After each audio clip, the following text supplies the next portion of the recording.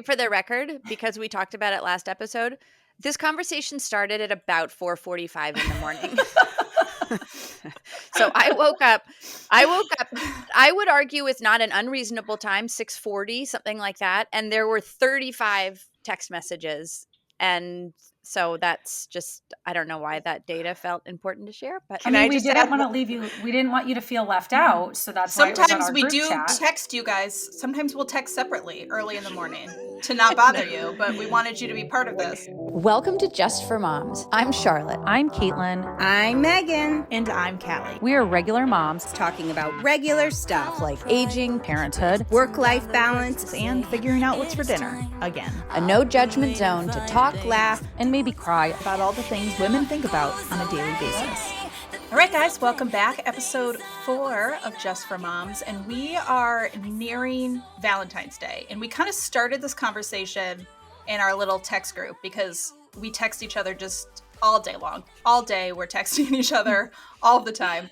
And we were talking about, Caitlin and I started a conversation about Valentine's Day cards, like in the kids' classrooms, like the ones that you have to bring in to the kids' classrooms, and how some of them are getting what feels a little bit over the top. I mean, our conversation ended up taking a turn when we sort of were able to step back and look at it. But I guess I want to start by asking, what do you guys do for your kids Valentine's Day in school? My kids are currently not in a school yet where they have to do it. So we've been shielded from this. But obviously I see all of the things that people share on social media with these like over the top Valentine's Day cards. I just need to say for the record, because we talked about it last episode, this conversation started at about 4:45 in the morning. So I woke up, I would argue it's not an unreasonable time, 6:40, something like that. And there were 35 text messages.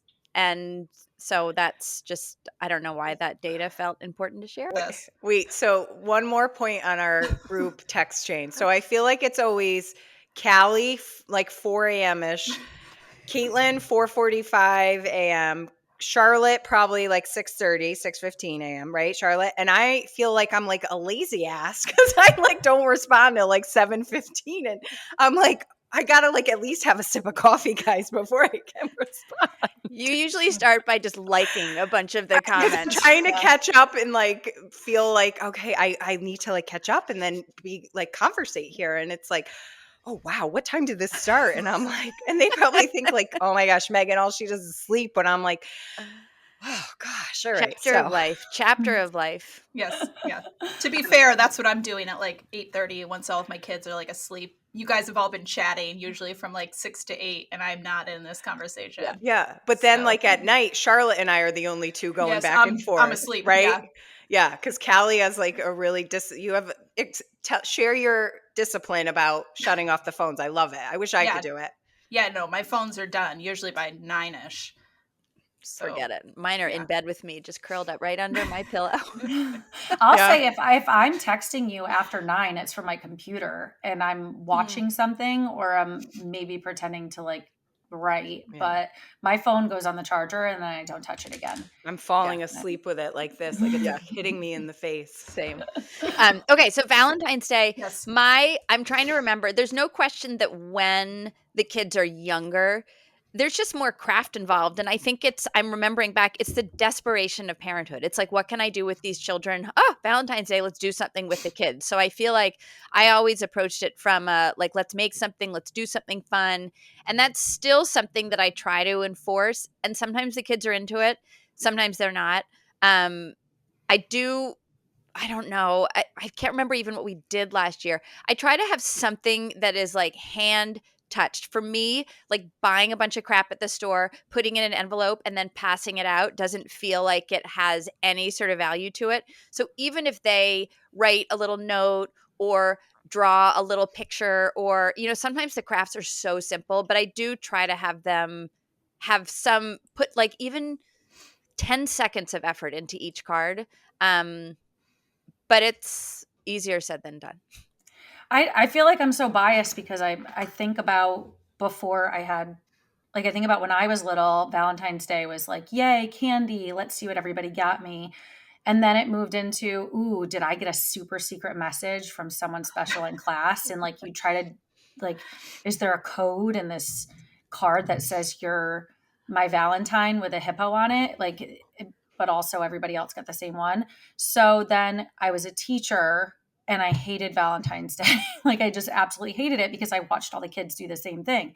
Try to dissect, did somebody give me a special card?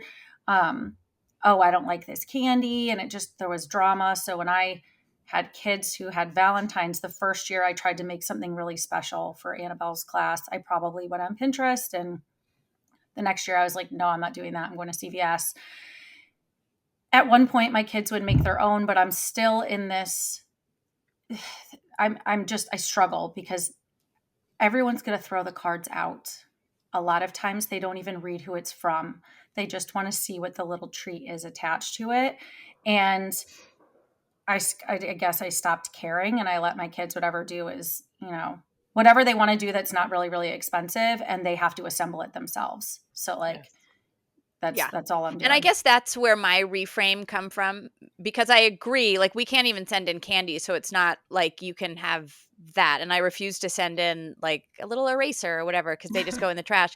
So I guess the reframe for me is, how can I make this about my kids showing like the work that they're doing to celebrate their classmates versus what they're getting? Like, I think that's where there was something in me that wanted them to, even if it was the simplest of craft, it's the act of making something that then you can give to a classmate that will, in theory, bring joy. So it was less about like, what are the classmates getting? And it was more about, what can my kids do to give? So I guess in that sense, it's a nice exercise, because I think learning how to be generous and, whatever, that's a great lesson. And it takes the importance off of, like, how can I make this something that people want to receive? It's more about, how can I make it special to give? Does that make sense? Yeah. Yes. Yeah. Yes. And you made a good point, Charlotte, in the chat. Like, I think this whole conversation started because Caitlin and I were like lamenting over some of these things that we see on Instagram, people creating these like just over the top Valentine's Day cards, or, I mean, God forbid, the love baskets, which I always say, if you do love baskets, you do you. I love that if that's what brings you joy for your children. But I think it's like, we kind of like all of these just over the top sort of things, and it sort of got lost in what you had said, Charlotte, was it almost becomes like it's a flex for the parent to be like, look at my kid's Valentine is better than everybody else's, as opposed to it being about the kid making kids. something. It's the holiday of love, right? It's supposed to be about like showing right, love or even and the parent. Like, I have the same knee-jerk reaction when I see someone on social media creating something that's like, this is what we're doing for Valentine's Day, we're just making candy hearts from scratch, and we're gonna like stamp the notes in it. And I have to train my brain to be like, this is a business. That person on social media is selling a dream. I can't let my brain absorb that as like my expectation, just as I don't want everyone doing to their house what I do to mine. It's a job. I'm approaching my job in a different way than I would approach like my just life as a person. And for me, I get so much joy out of craft and creating and making something from nothing. And Valentine's Day is a really wonderful opportunity for a lot of people to do that. And so for me, I really have to train my brain to be like, if that parent had the same joy that I feel walking the aisles of Home Depot, if they felt that way adding stuff to their Amazon cart or walking through Michael's or Joanne, and they were able to pull something together, and little Johnny, third grader, he doesn't care. Like, that may be the creative release that I feel on a daily basis, because I've created a whole job around that sort of desire. So I try to separate like the social media flex, because that's a business, from just like the moms that really enjoy a chance to be creative. And I'm not always successful at it, but that is the narrative that I try to say in my brain whenever I'm like, are you kidding me? I'm not going to do this for Valentine's Day. I don't have the time. This is crazy. Blah, blah, blah. I feel like when my kids were younger, I had more energy for it. I would go to like the dollar store, and I would get the construction paper and the scissors that, like the scissors that like cut the edges really cool, and then the glitter, and like the whole dining room table would be like trashed, and we spend like hours on it. And then like years go by, and then you have 3 kids, and then it's like it definitely changed in my house from just going to CVS and filling them out. That's how it's worked in our house. And I feel like almost like whatever the kids want to do. Yes. Like I'm not competitive about it as a mom whatsoever. I just want them to be happy. So if one year, I remember Gianna wanted to make them homemade, we would make them homemade. Now Nico just likes going to the aisle of Target or CVS and picking, he liked dinosaurs. So we filled it out, the name for each classmate. But I feel like I have noticed in a few of the Valentine's Day parties I've gone to, it is a competition with some of the parents, and I have no part of that. And it's like these Valentines that come home, it's almost like a Christmas present with the amount of things that are in this bag, like the homemade crayon. What else have we gotten with it? I just am shocked, like the time that they're spending on it. And I don't know, it doesn't even really seem that fun to me, but maybe it's fun to, I don't know. It's just, it looks like a lot of work. I mean, Unless Charlotte, it's fun. I think about like the comment I get when people see me making giant food and they're like, good Lord, this lady must have free time on her hands. And it's like, yeah, you're right. This is crazy. I just spent 20 hours making like giant Kit Kat or whatever. So I guess, yeah, I guess to each their own. But I mean, not that there aren't competitive people. I'm not discounting that, but.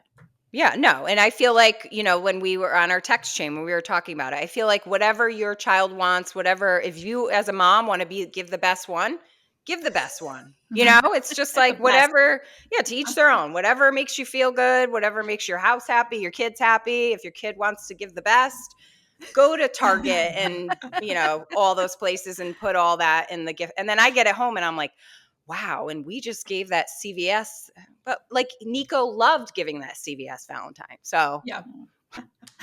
All right, we're gonna move on to mom fails. Who has a good mom fail for us this week? I mean, I guess it's a mom fail. After Christmas, there was a sale on a website selling, I can't even think of what they're called, like the crossbody bags from Lululemon. They were on sale for $19. Yeah. Last year, I was like, my kids don't need these. They're kids. And then this year, they like mentioned they wanted them, but Santa didn't bring them. So I saw them on sale for $19. I was like, wow, this is a great opportunity to buy them and put them aside, and the kids can earn them because they always want to earn something and whatever. So my middle child, she has a bad habit, and I don't want to out her on this, but she has a bad habit, and we've been trying to break it for a really long time, and we can't. So I said, well, if you stop doing this for all during the day, then you can have the bag. And she's like, okay, that sounds like reasonable. I can do this. So she was like 3 days strong. And then the fourth day, she and her sister got in a fight, and then she's doing the bad habit again. Well, big sister was like, well, how am I going to earn it? I don't have any bad habits. And I was like, well, wait until an opportunity presents itself for you to earn this crossbody bag. Well, then she had to go to her physical. She's got very severe phobia of the doctors and needles. Like, she's kicked the nurse, she's run out of the room, everything. So I say, listen, I can give you the crossbody if you get your shots. Annabelle goes to the doctor. I bribe her not to beat up the nurse. You're going to get a purse. It's going to be great. We get in and out of the shot situation in 15 minutes, which is a lifetime record for Annabelle. Usually it's an hour. Yesterday, my middle child came home ready to just, I thought she was going to punch me. She was so mad that I gave Annabelle such an easy way to earn the purse. And I was like, shoot, I didn't think like it had to be an attainable prize on the same grounds. Like, you could earn it doing the same thing instead of something that was, it's obviously very difficult for my middle child to break this habit. So yeah, that was a fail. I didn't really think it through. I thought I was just being so nice and I'm such a cool mom for doing this, and it backfired. I don't know though. I think sometimes, what is it? The difference between equal and equitable? Like, I think sometimes it's really important for kids. And I feel like I read this somewhere because I was feeling guilty that I was, I don't know, like allowing one child to get away with something that was really impossible for the other, whatever, same situation. And the conversation that I feel like I read was something like, that was really hard. Like, they needed me just then. And so they needed more of my time. Or, you would reframe it to fit your situation. And it's like, your kids need to see that when they need you, that's what they get. And right then, that was really, really hard for her. And so she needed it. And that's how you handled it. And it subconsciously shows the other kids that when they have their moment, when they need you, they're also going to get it. So it sort of helps them understand that life is not about getting an equal slice of the pie. It's getting a slice of the pie that you need when you need it. And I'm not saying that like they are like, I'm not trying to get in the way of whatever your girls were feeling, but I don't know that you did mishandle it. So this is that now we're going to go to the mom win. Okay. I had that conversation with both of them. Like I explained, this was a very difficult situation for her. It's not for you. Granted, I didn't think this through and you were hurt by this. You think like I'm making it harder for you to earn it. You have to understand that what she did today took a lot out of her, and maybe be excited for her and proud for her. So last night Eiley came into my room and she's like, I wrote in my journal, and I've been trying to encourage her to write about her feelings. And in it said, I had a really tough day today. It explained what happened. And it said, because my sister got her bag before me, but she had a tough day too, because she had to go to the doctors and she hates shots. So I feel really bad for her, but I'm happy she did it, or something like that. And I was like, Okay, you buried the lead. That's amazing. Yes, I had to tell the bad before the good. Go, Caitlin. Yeah, so that was a proud moment. The fail, like moving forward, I need to make prizes that are going to be earned. Like I got to write out the rules or something. I feel like we could all relate to that though, when you kind of have this like you think it's going to be this great idea in motherhood, and then like it just so backfires, and sometimes it does end up leading to a really great win at the end. But like in the moment, you're like, what? Like, right. What did how did I do this wrong?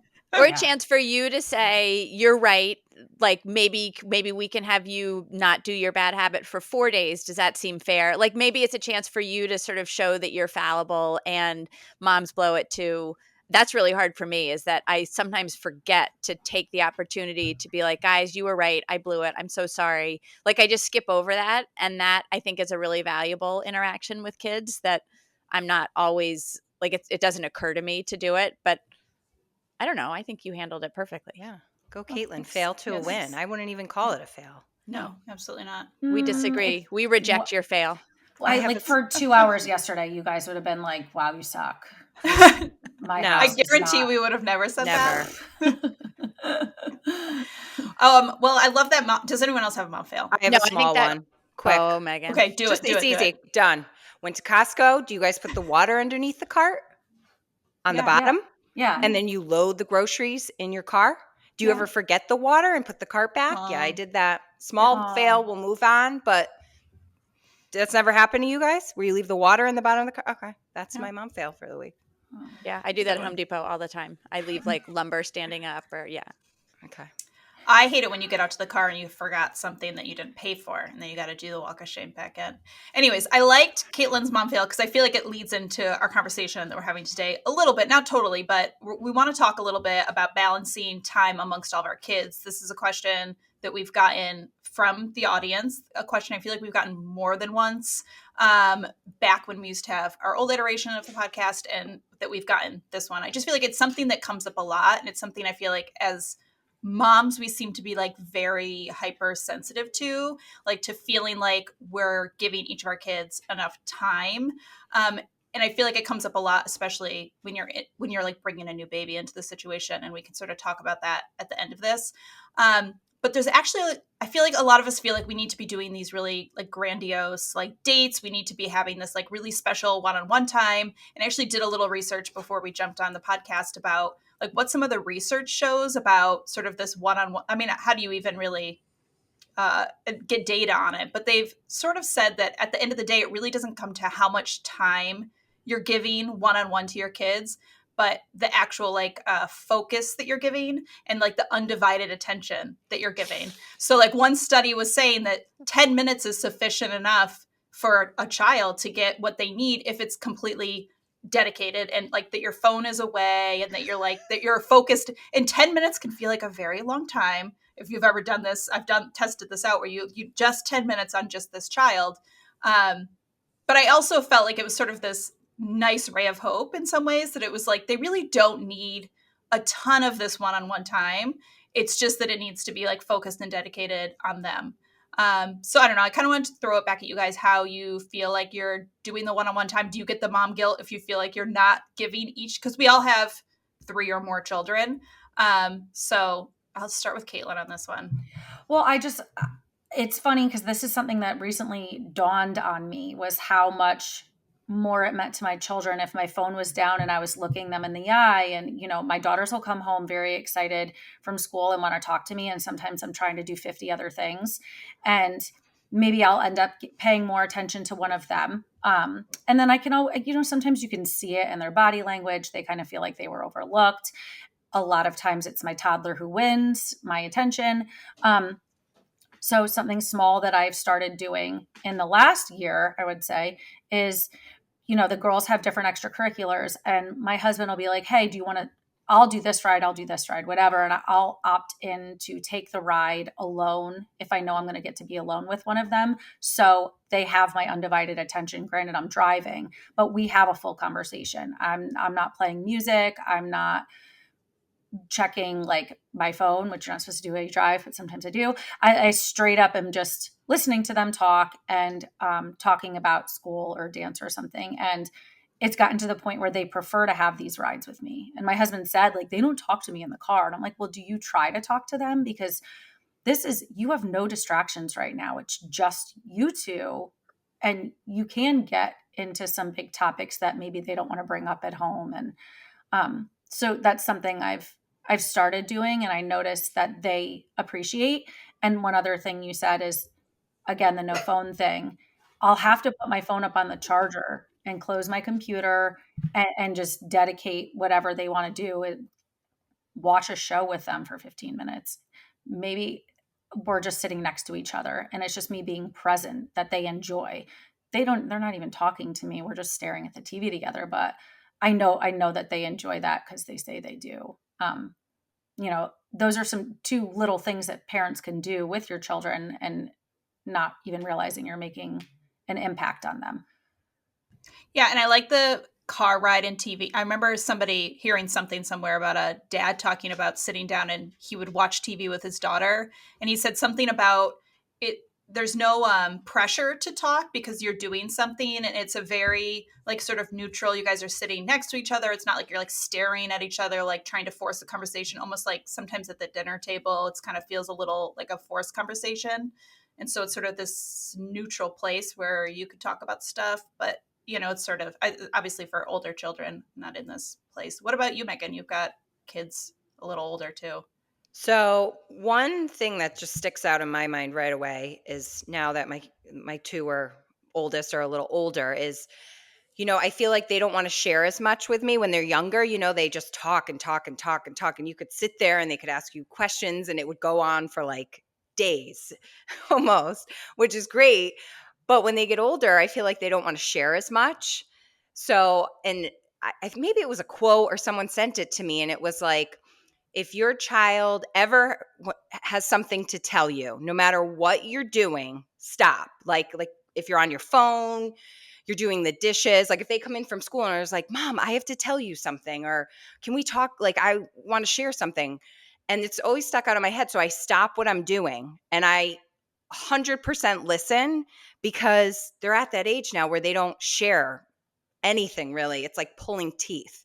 So with my 12 and 14-year-old, anytime they want to share something, even if it's like a photo, like Ava's 14, I feel like she never wants to even talk to me. She like hides in her room. And the other night she was like, Mom, look at this and look at that. And I was like, oh, wow, maybe she likes me, but I just feel like that has stuck out to me. And I know, as funny as that is, but I do try to schedule one-on-one time and also little experiences. Like for instance, this past weekend, Gianna was like, I need a new pair of point shoes, please, Mom. It was actually, she had some manners with it. So I was like, okay. And I'd like to get a haircut. So that was our time together. We had maybe 2.5 hours. So, it was like, she was so happy. It was like the best day ever. And I think it was just because it was her and I, and we didn't have her younger brother with us and we didn't have our older sister. And I knew she really appreciated having just mom time. So I feel like it is important to schedule those experiences. But then with my 8-year-old Nico, like we were saying, I mean, sometimes he's even like, Mom, can you come sit with me on the couch and like watch me watch YouTube? You know? And I'm like, of course I can. I will sit here and whatever this weird thing is that you're watching, I will sit with you and he'll like hold my hand. And I'm like, oh gosh, I hope this lasts forever. So I feel like same thing. I mean, he's always like, he always wants me to sit with him on the couch, which is like good and bad. But I do it because it's like they want you there, you know, and like, Mom, like in the morning, get your coffee and like just sit with me, Mom. And I'm like, okay. So I feel like you can schedule those experiences outside outside of the house, make them feel special. You can do stuff in the house, make them feel special. And then when they want to talk to you, always listen, because you know, you don't know when they don't want to talk to you anymore and hide in your room. But it's also, I feel like it's sort of showing them that, you know, that your ears are always there. Like you're always somebody who's, you know, that you're never too good for them is not what I'm trying to say, but I think you guys know what I mean, that you're always there. Yes. Yeah. And I feel like Caitlin, your Brandon is like Joe. He's like, you know, when he's with them one-on-one, because I try to like make that happen a little more. I don't know if, you know, my house, I feel like I have to like, with the kids getting older, I have to tell Joe, like, you can he took, you know, one of the girls to get her point shoes or do stuff that he thought only mom could do. And I say the same thing.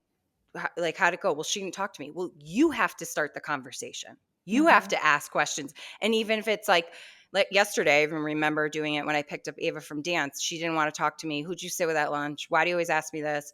Like, and I just keep asking it. I don't really care.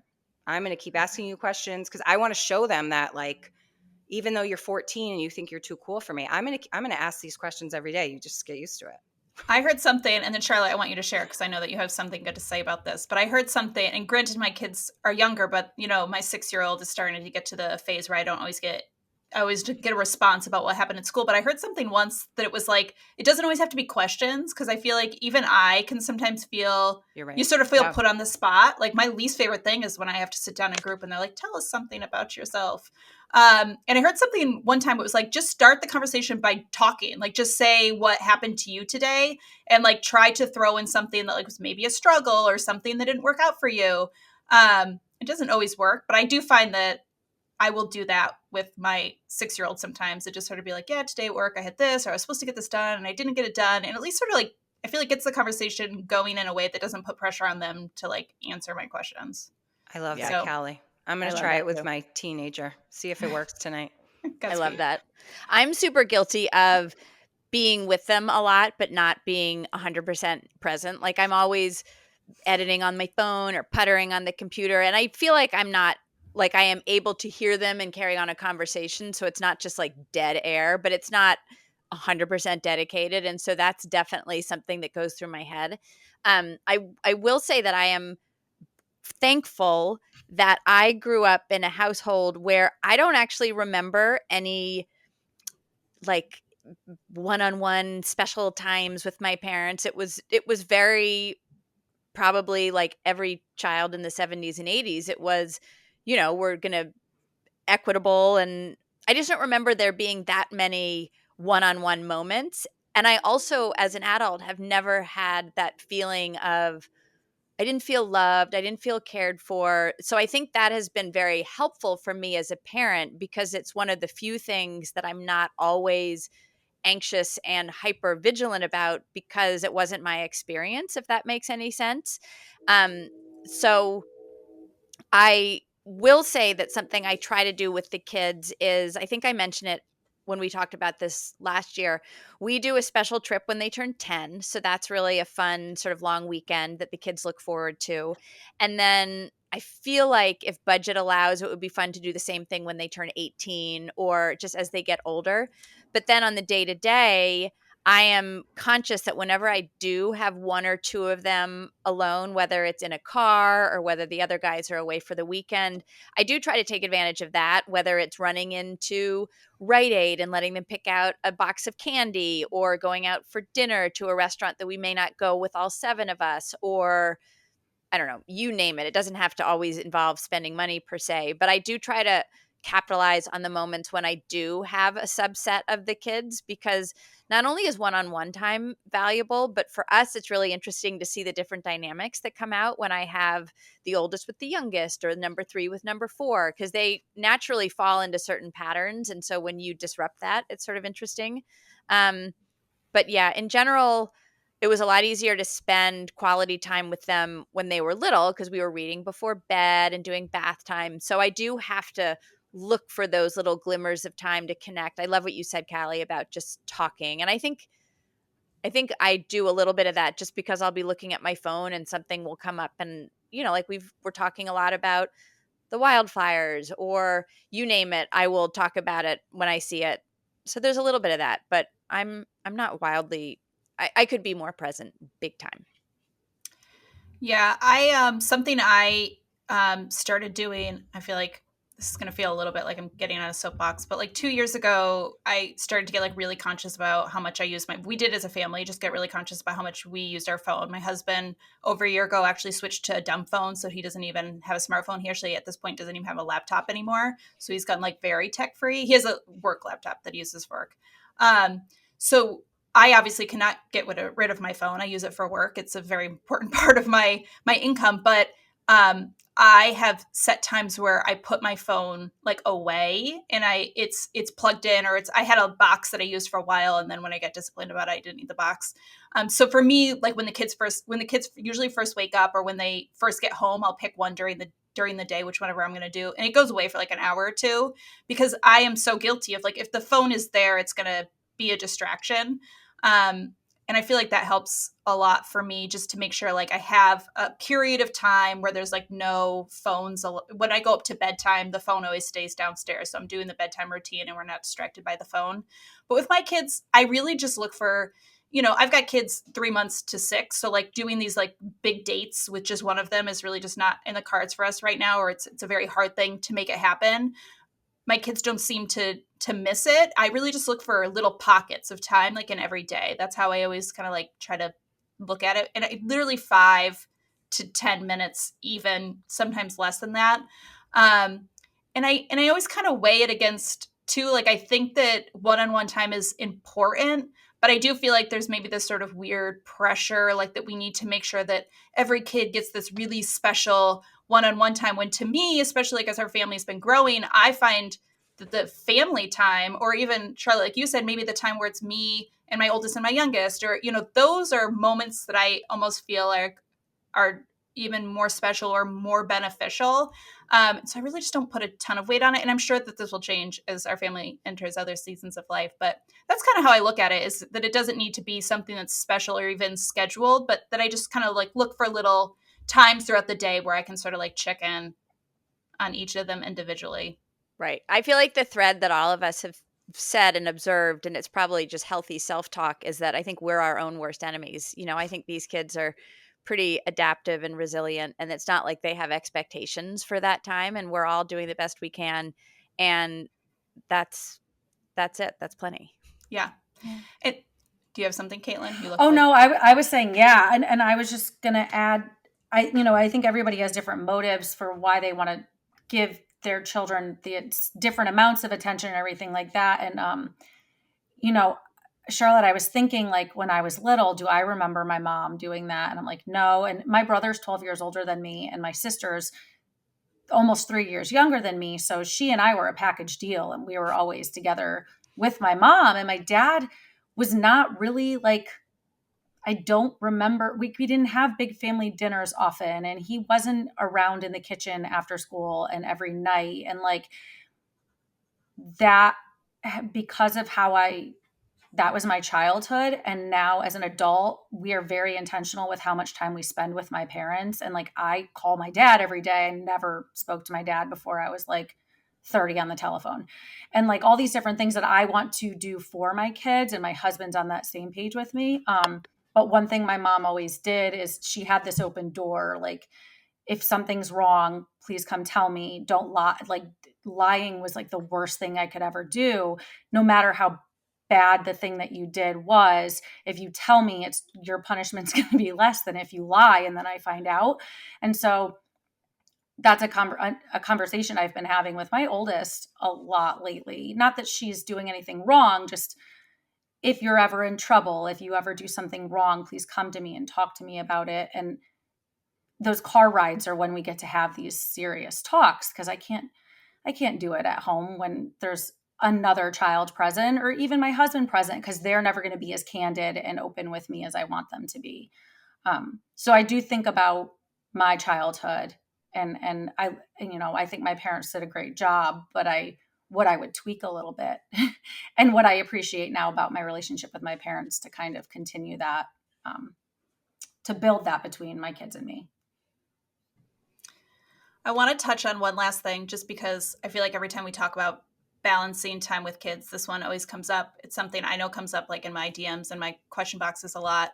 And I feel like it goes off of what you said is, I think a lot of it is we end up being our own worst enemy. But I feel like I get a lot of questions about bringing home a baby, and sort of finding time for your older ones when you bring home a baby, or dealing with like jealousy.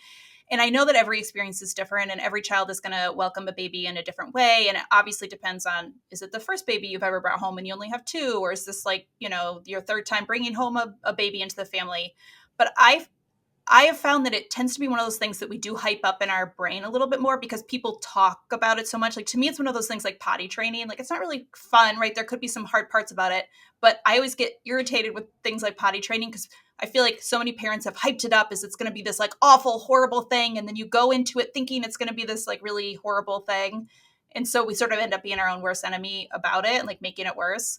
So I don't know. I just wanted to talk about it. I feel like every time I have brought a baby home, there obviously there's been little bits of jealousy or there's been little bits of aggression, but it has never been this like huge monumental thing where all of a sudden like my other child feels like they're so left out. I don't know. I kind of want to throw it at you guys first and just sort of talk about, what things have you guys seen or have you found helpful or not helpful when it came to sort of balancing time with your children when a new baby has entered the picture? I wonder if it stems from sort of an older time when women and postpartum were infantilized isn't the right word, but they were really coddled. Like, there was a time when, like, I remember when I was pregnant, my grandmother was like, "You're not driving, are you?"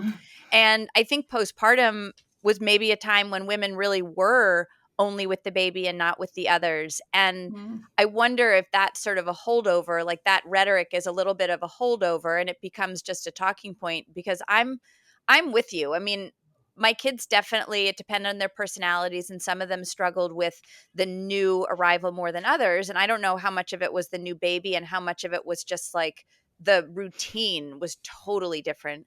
But I think there's gadgets and gizmos aplenty that make it easier to just put a baby somewhere and still be with your other kids. I think there's nursing, advances I just think it's easier as a mother to juggle a newborn and still be present for the other ones. And so I wonder if it's maybe old news, but I mean, I hear what you're saying. I think you're right. People do, it's something to talk about. And then there's almost this self-fulfilling prophecy that comes, but we never had major issues with that either.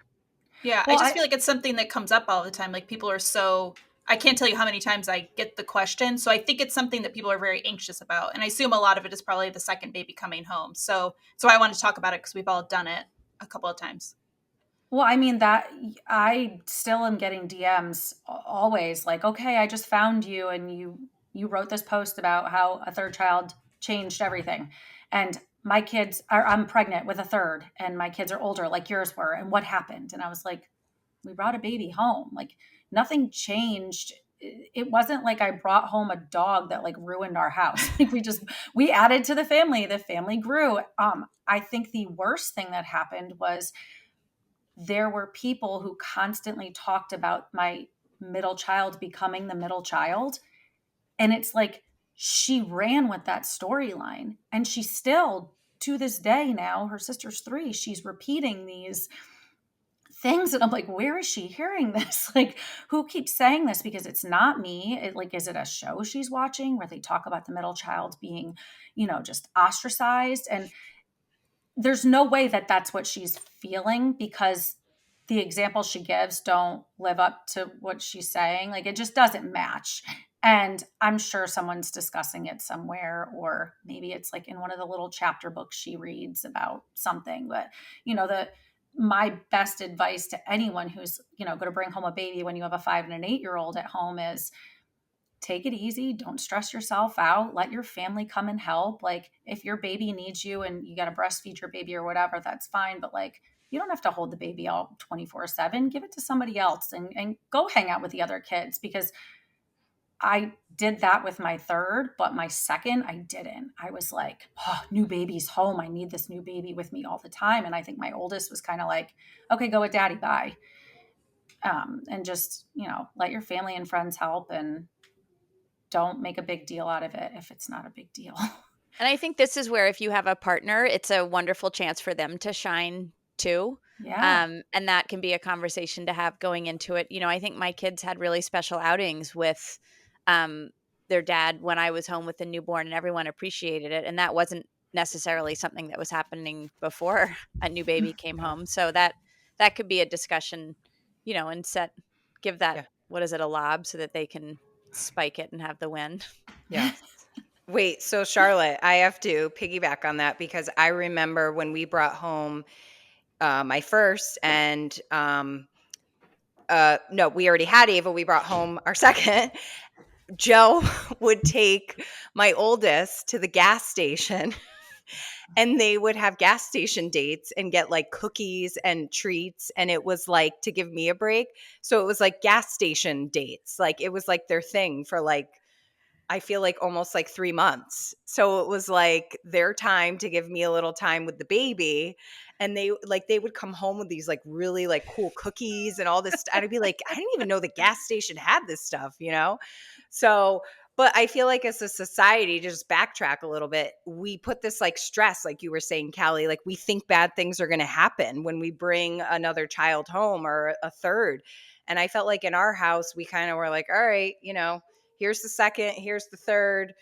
Of course there was struggles, but I just felt like we just dealt with it like, this is how it is. And, you have a sister and you're going to love her, and dad's going to step up and help a little more. And we just dealt with it, I mean, it was like, I felt like, if you put that stress on you, like, I feel like maybe it's social media, maybe it's moms like making it seem like something bad going to happen, but I don't know. I feel like you just deal with it and make it, don't think about the negative of what you think's going to happen, because it's not going to, it might not even happen, Well, and I know we need to move on and wrap this up, but I also think, I remember with every child, it was like, oh my God, that last one was so hard. How can I possibly add another thing to the mix? And what you don't realize is that until you've had a second child, you've never had a second child. Until you've had a third child, you've never had a third child. You are different. You are going to approach it differently. So it wasn't like every child was exponentially harder.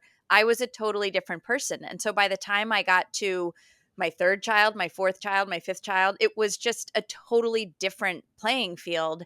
And I think that's where the anxiety comes from also, because it's like, I could barely handle this little one that I have. How could I possibly bring something else into the mix? And that was not my experience. And I just think as people, we evolve and learn and grow. And that is what you need to remember if you're feeling anxious about it, is that it's just not the same. It's totally different. You're different.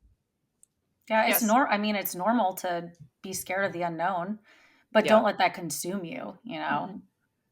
And also don't take, one of my biggest pet peeves is moms or dads or families who give these horror stories about X, Y, or Z to someone who's about to enter a new chapter. And I'm just like, shut up.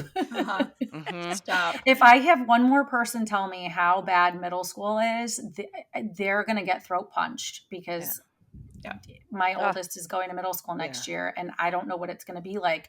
I'm Middle sorry. schoolers are the best. They're so funny.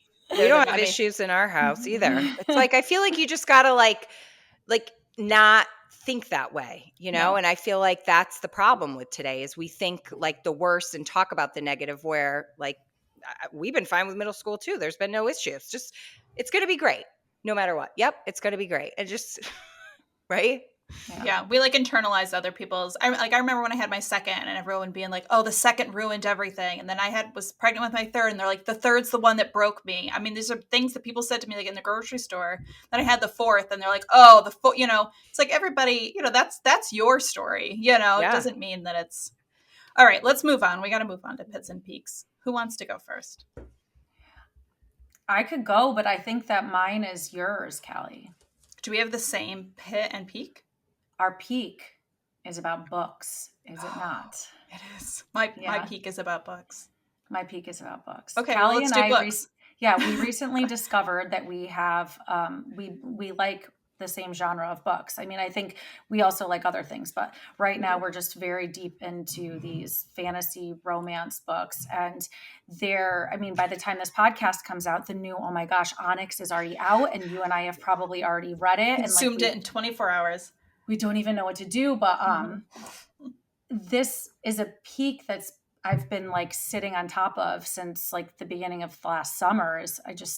I fell in love with reading again, and it's such an amazing feeling because I've been a bookworm my entire life, and I went to school for English literature, and then I lost it. I didn't want to read, and I had no time, but I listen to books and I read them in my hands, and it just takes me to a different place, and it takes me outside of what's happening right here in front of me, and it's such a good feeling.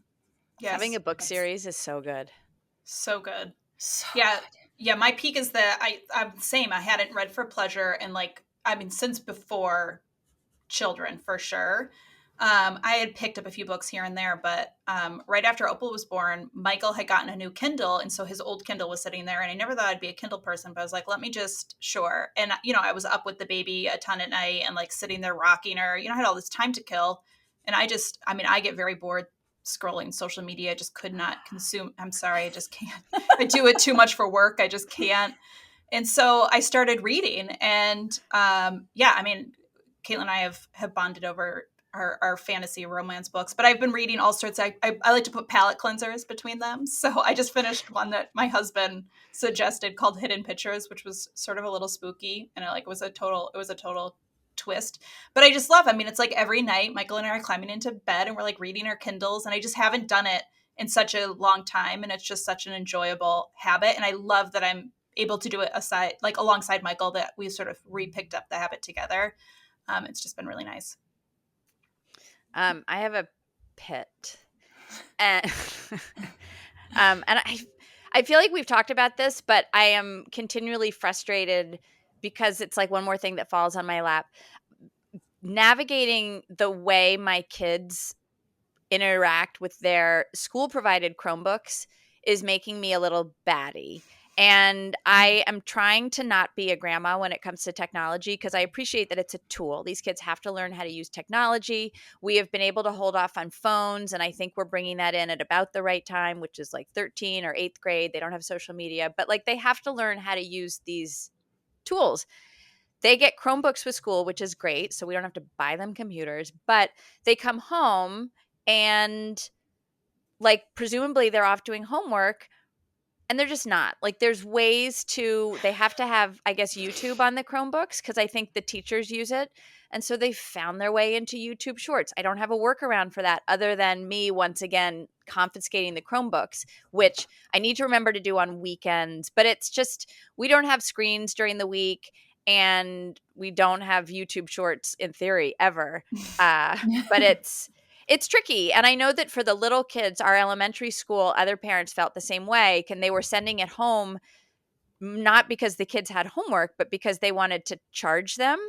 And so they finally in our school brought in charging stations so that they can charge the 18, 20, whatever Chromebooks at once. So that's been great. They don't bring them home except for one night a week.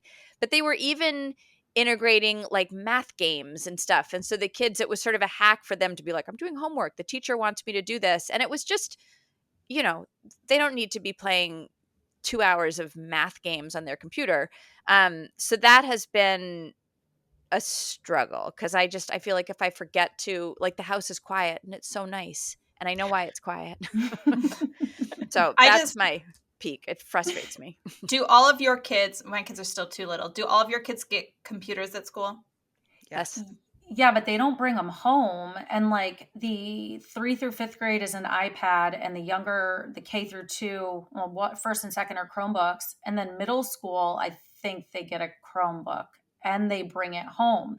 But Yes. I just had I met a parent today. Her daughter's in 6th grade and she's having headaches, like ocular, not migraines, but headaches in her eyes because she's on her Chromebook so much. And I was like, oh, well, no. Like if that's what's about to happen next year, I'm going to have something to say at the next Board of Ed meeting because I have enough eye issues. My kids' vision's great right now. Like, let's not push screen time on them. Get some paper and a pencil It's a out. bigger topic, and I think we'll do it in a Yeah. podcast, but it's frustrating. That's my peak. My Yeah. Or I've taken the phone away and then I get the response, well, I'll just go on my computer. And I'm like, oh gosh. Okay. So now I got to take both.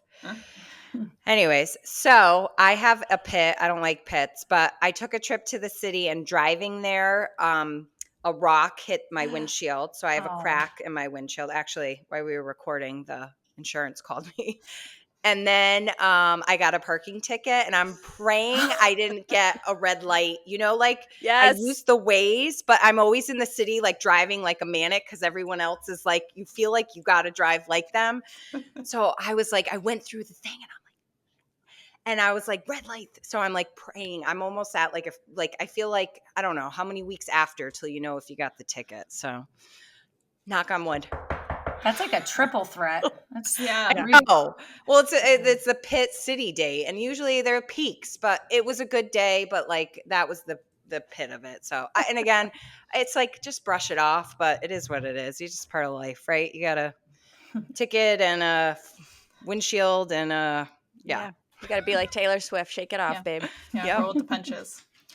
All right. Well, I guess it's that time where we should remind you to leave us a review because we are fairly new. We've restarted the podcast under our new name. So it is quite helpful when people leave us reviews. I'm not going to tell you to leave us a 5-star review because I feel like that's cheating, but I assume that's what you'll leave us. And you can also find us on social media at Just for Moms Podcast because we have a lot of fun on Instagram. We do. Yeah. All right. Well, I'll leave you guys here until next time. Guys.